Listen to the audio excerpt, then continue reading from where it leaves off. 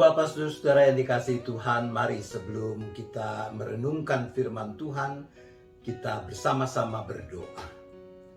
Bapa di sorga, di dalam persekutuan dengan Yesus Kristus dan Roh Kudus, Engkau Allah yang Maha Hadir, kami yakin, kami percaya ada bersama dengan setiap kami, dimanapun kami berada.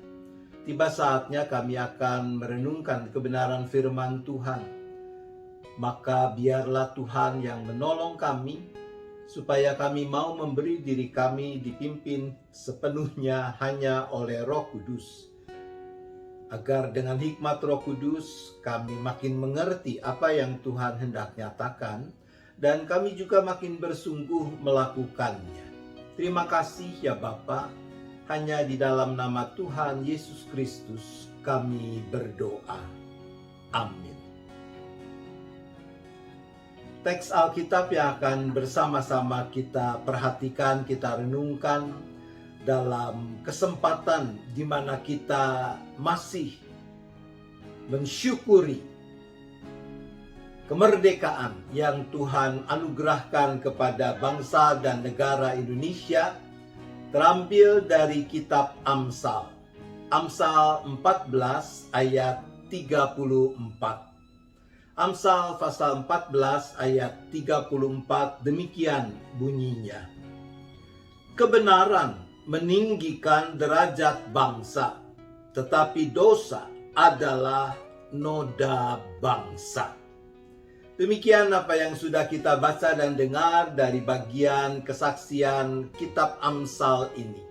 Maka kita adalah orang-orang yang berbahagia kalau dengan kesungguhan kita mendengarkan firman Tuhan, kita memelihara dan melakukannya.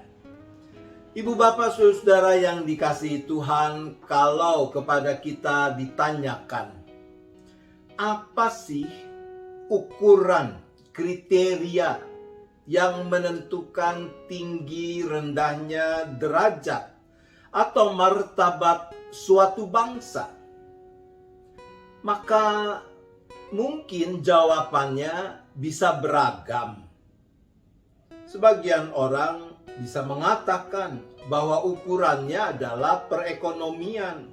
Makin kuat perekonomian suatu bangsa, maka makin tinggi juga derajat bangsa itu. Dan yang sebaliknya, makin lemah perekonomiannya, maka makin remah juga, makin rendah juga martabatnya. Nah, yang lain mungkin mengatakan bahwa ukurannya adalah persenjataan. Tambah kuat, tambah canggih persenjataan sebuah negara, maka tambah tinggi pula martabat negara itu. Dan yang sebaliknya, orang lain lagi barangkali berpendapat bahwa tinggi rendahnya derajat martabat suatu bangsa ditentukan oleh kemajuan ilmu pengetahuan dan teknologi yang dimiliki bangsa itu. Alkitab seperti yang kita baca hari ini mengatakan hal yang berbeda. Amsal menegaskan bahwa yang menentukan derajat atau martabat suatu bangsa adalah kebenaran.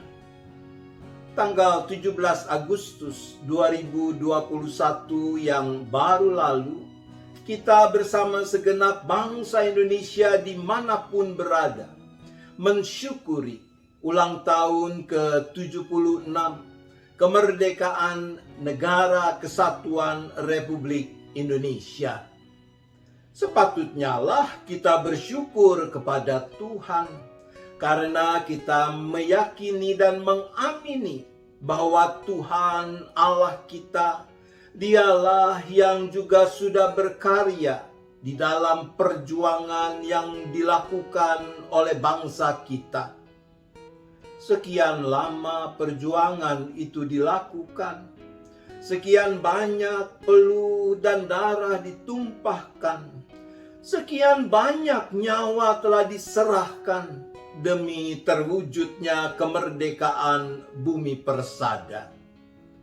Melalui semua itu kita percaya bahwa Tuhan Allah kita juga berkarya sampai akhirnya terwujudlah impian untuk menjadi bangsa dan negara merdeka. Kita juga selayaknya bersyukur ketika kita bisa melihat dan turut merasakan perkembangan-perkembangan yang sudah dicapai dalam berbagai aspek kehidupan selaku bangsa dan negara merdeka ini. Berbagai pencapaian, khususnya di bawah kepemimpinan Presiden Jokowi sejak tahun 2014 telah mewujud nyata. Pembangunan infrastruktur dan pembangunan fisik yang lain, pertumbuhan perekonomian, dan sebagainya, semua yang meningkatkan kesejahteraan bangsa dan negara ini. Nah, kalau semua itu kita perhadapkan pada ukuran yang dinyatakan dalam kitab Amsal, bagaimana reaksi kita? Amsal mengatakan kebenaran meninggikan derajat bangsa. Istilah kebenaran yang digunakan dalam ayat ini, sedekah, dalam bahasa aslinya, pertama-tama tentu menunjuk pada kebenaran Allah. Bahwa kebenaran yang meninggikan derajat bangsa adalah kebenaran yang bersumber dari kebenaran Allah yang melampaui kebenaran perseorangan, kebenaran kelompok dan golongan, dan yang seterusnya. Kebenaran Allah adalah kebenaran yang mendatangkan shalom, damai sejahtera bagi umat manusia dan dunia ini. Oleh karena itu, bersumber dari kebenaran Allah, sedekah lalu juga menunjuk pada situasi di mana setiap pihak yang terhubung dalam relasi-relasi bertanggung jawab untuk memberikan dengan sebaik-baiknya apa yang menjadi hak pihak lain. Dan itu bukan melulu hal-hal yang bersifat materi, tapi juga semangat dan cara memperlakukan pihak lain. Dan itu harus terjadi di dalam semua relasi.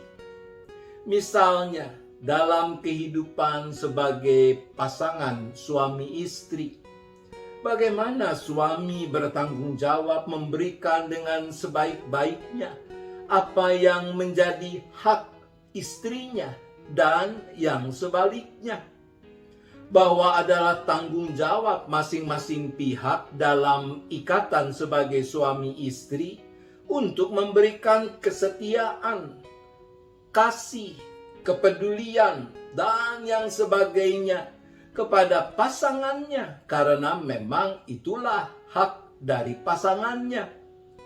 Begitu juga di dalam relasi, dalam keluarga, antara orang tua dengan anak, anak dengan saudara, di dalam persekutuan sebagai gereja, dalam relasi di ruang lingkup pekerjaan, di dalam kehidupan bermasyarakat, dan tentunya juga di dalam kehidupan berbangsa bernegara.